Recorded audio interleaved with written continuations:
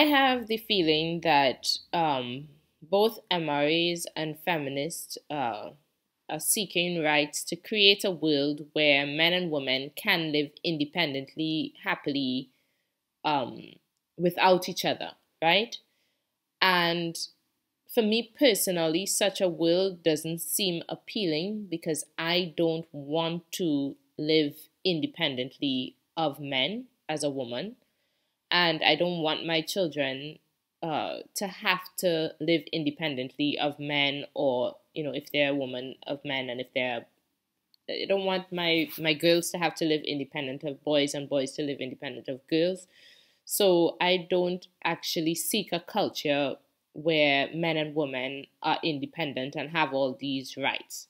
However, I understand that everyone is not like me and that we need such rights in order for everyone to be happy because, of course, those who want to live together can live together once the rights are in place for people to be independently happy. So I get that.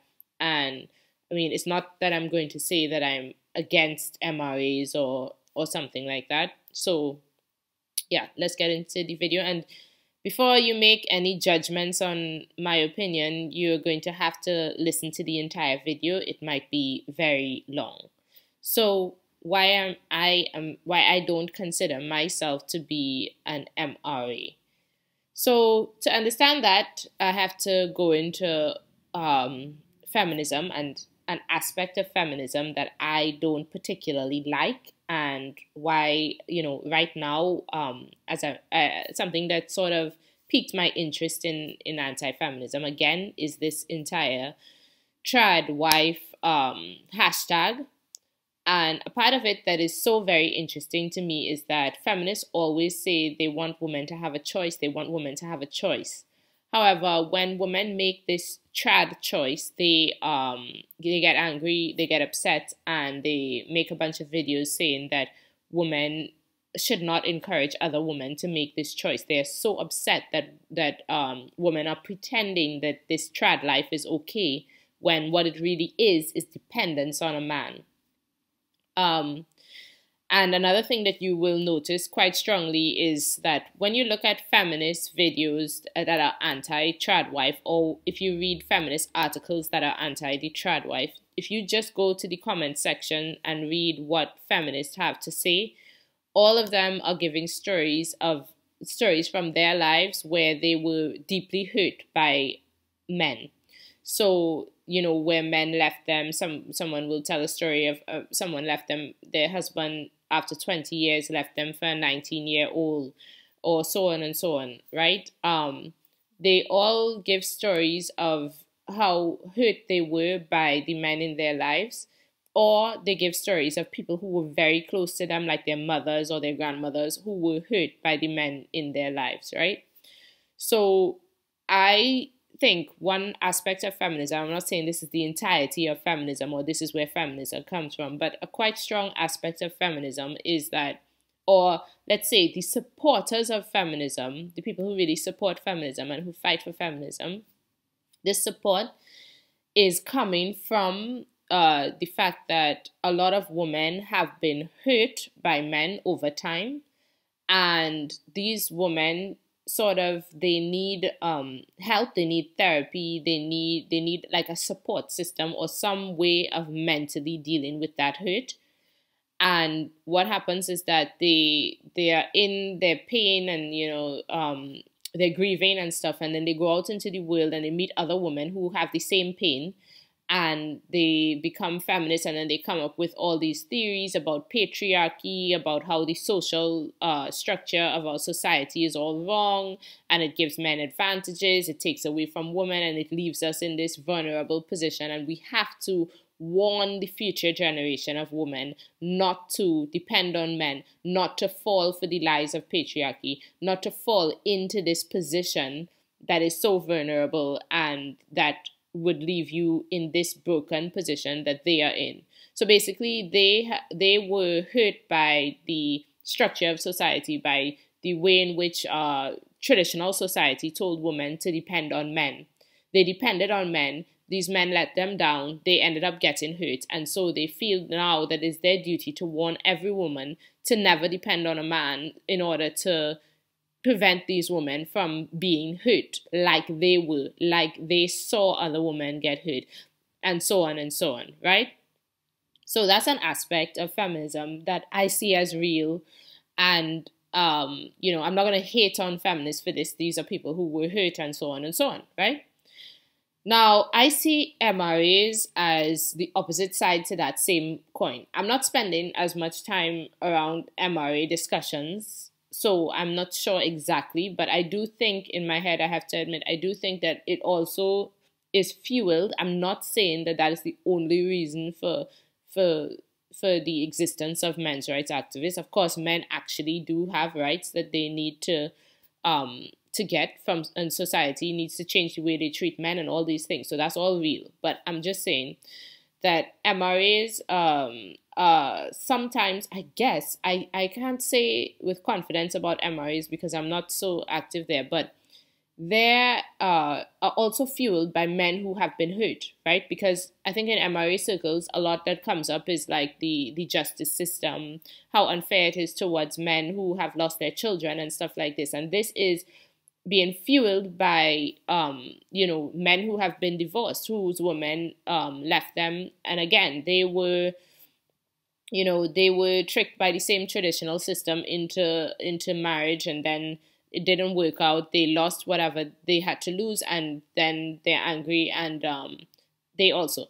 So what I'm saying is that, so I think both of these movements have a lot of people in them who have been hurt by the system that we live in, and I wish that like they would join a movement that, yes, would acknowledge the pain that they're in and acknowledge how unfair society is in whatever way, but that would lead them also on a path to forgiving the other gender and to trying to repair like the trust that was completely lost in the other gender, to like repair that trust and then come back together and reach a point where they could get into a relationship and actually trust again. Because I feel like if we need each other, and like having this sort of trust and love between the genders is really important and stuff like that. And I understand that it's kind of like the hurt is probably so deep that they can't forgive ever again. So they say, okay, well, I can never forgive again. So what I need is, I need these rights and stuff like that so that I could live an independent life, and then I can get with somebody, but on my own terms, in such a way that I could always leave. And this brings me to like the discussion, which I'm probably going to make a whole video on, I hope, between egalitarianism and traditionalism, the difference between the two, and why I consider myself a traditionalist, although I completely respect and agree with egalitarianism, and I don't have anything against it. If people want to be egalitarian, I support them. This is not an issue. It's just that personally, I like codependence between men and women. Maybe that means something is wrong with me, maybe, but I think that codependence between men and women and this sort of glue between two people in a relationship is not terrible, because I feel like it keeps people together. And I think ultimately the point of life is to love each other and be together. And I think that's what people get most joy from. I think that people get most joy from being in relationships and being together and depending on each other and having that kind of security that they will be together for a long time, and not having to be independent and having to have all these, rights and stuff. Of course, at the end of the day, if something happens, then yes, you do need your independence and your rights, and that's a real actual thing. So, okay. So yes, MRAs, I do acknowledge that men need rights and so on, and but I'm just saying I'm not personally an MRA, because I am okay and I like the idea of the genders coming together at the end of the day, and not the idea of independence. And I don't like to go down the path of just independence.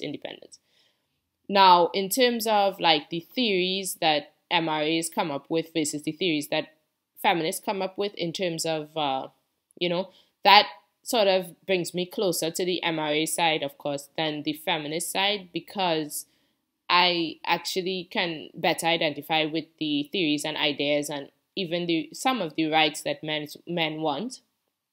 But this is a kind of really long discussion, and I don't want to make these videos too long. Yeah, I'm sort of coming out of the closet. I'm not an MRA. It doesn't mean I'm anti MRAs, but you know, yeah, I yeah, I hope that doesn't offend anyone. But basically, I'm not an MRA because I want the genders to, for me personally, I want a world where the genders can still depend on each other. But I also respect that that doesn't work for everyone. So I'm not against the idea of everyone having their rights to be independent when things don't work out. It's just that I don't want to work on that world because I don't know that that world would give me joy in the way. And I have the fear that if everyone works on that world, and if we just keep working on that world, it's gonna get worse and worse, and we're gonna reach a point where independence is all we have, and therefore relationships are always breaking up, and therefore that is the choice, and that is what we have to live with. And if we reach that point, then I feel like that's sad. Okay. Also, I do acknowledge that right now the majority of women that are left in Women Against Feminism are MRA and egalitarian women against feminism. They are against feminism because they are egalitarian, they support men's rights, and so on and so on. In the past, I remember there were a lot of also more traditional women against feminism who were not MRAs, but I don't know where they are now. And I acknowledge that right now, the majority of women in Women Against Feminism are in fact MRAs. These are just my personal opinions. It's not about, yeah.